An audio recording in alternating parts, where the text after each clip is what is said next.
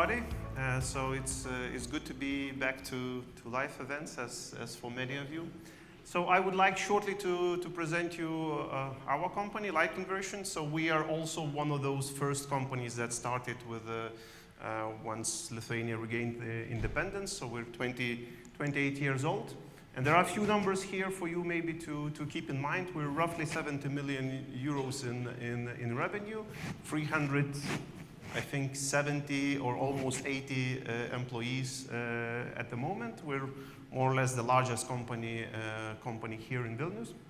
And let's say we are very much, focused on manufacturing. So main manufacturing is happening here in our facility that you had a chance to visit yesterday. So our main products are everything related with femtosecond. Yeah? So femtosecond lasers, laser sources, femtosecond OPAs, so these wavelength tunable devices like Tadas and Orpheus. This is why we are called Light Conversion. So these used to be the seed product for our company.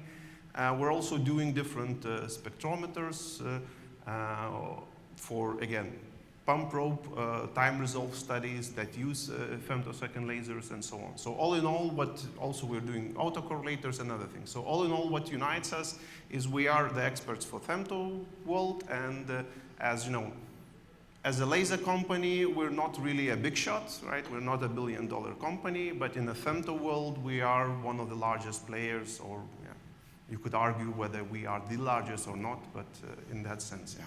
We will argue today. We also have some global footprint. So we do have our sales and service offices in US, mainland China, Korea, and close relationship with our Japanese partners. So these are the places where you can not only buy laser or talk to people, you can actually repair them on site in clean rooms, in clean booths, right? If it's necessary. Yeah. So just to give you a few points, let's say, of how we are different, let's say, from all other laser companies. This is more or less the graph of our lasers being used in free shift manufacturing, starting from 2009, 2008. And we have lots of these graphs. And you can see that our lasers last for 10 years and more. And that's not extrapolated. That's not, accelerated lifetime testing. This is actually data. This is actual data that we have. And we learned many things in between. Yeah, this does not mean that everything went smooth. You might get some chiller failure here. You might get some oscillator replaced here, or something like that. But in the end, the cavity, the amplifiers, the laser itself stayed on the machine. That's free shift manufacturing. On the, let's say, scientific side for these OPAs, or wavelength tunable devices, so this is what we can do. 200 nanometers, so really very deep UV, yeah, as deep UV as does not come from the sun, yeah. Up to 20 micrometers, so that's really mid-infrared range. We can do tunable devices, either for science, that's basically where the customer types in the wavelength and immediately gets at the output. Or for industry also, there are some industrial applications that are appearing, let's say, where you can actually use these devices in an industrial footprint that is, vibrationally tested, heating, cooling, dropping, and all of those things are done. And thank you. So if you have a femtosecond to talk about the femtoseconds, please do. And I would like to thank Andrius for, I was feeling quite strange in the EPIC event, as nobody really talks about what we can do for you and what you can do for us. So I also would like to address this thing. So what we can do for you, we can talk to you about femtoseconds. If you think that you need that, most likely we already talked, but we can talk again. If you think you don't need, just talk. With us, we know a lot of things that work, that will not work, and we will be blunt and straight to you, and we will say what things works or not. And we can, guide you through this journey.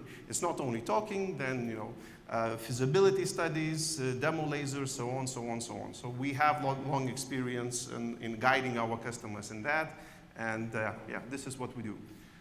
What do we need? Again, you have seen quite a lot of talks here from Vilnius companies about optics, coatings, lasers, machines, and so on. So what we lack, and I think, well, not necessarily here in Vilnius, but in general, right? In Europe, I would say it's crystals. There are some companies, but they are very small as to compare to US, for example, and China. So if you have some experience in crystal growing, strange crystal growing, yeah, please talk to us, and there's going to be also a number of other listeners that will for sure would like to talk. So, thank you. Thank you. Thank you, Martynas. Thank you very much. We have some questions. We have time for one question. I have a question for you. What are your main target market? I mean, you work mainly for R&D or laboratories? So, anyone that needs femtoseconds. So, okay. You know, as these lasers are a bit more complicated than, for example, nanosecond, they are a bit more expensive.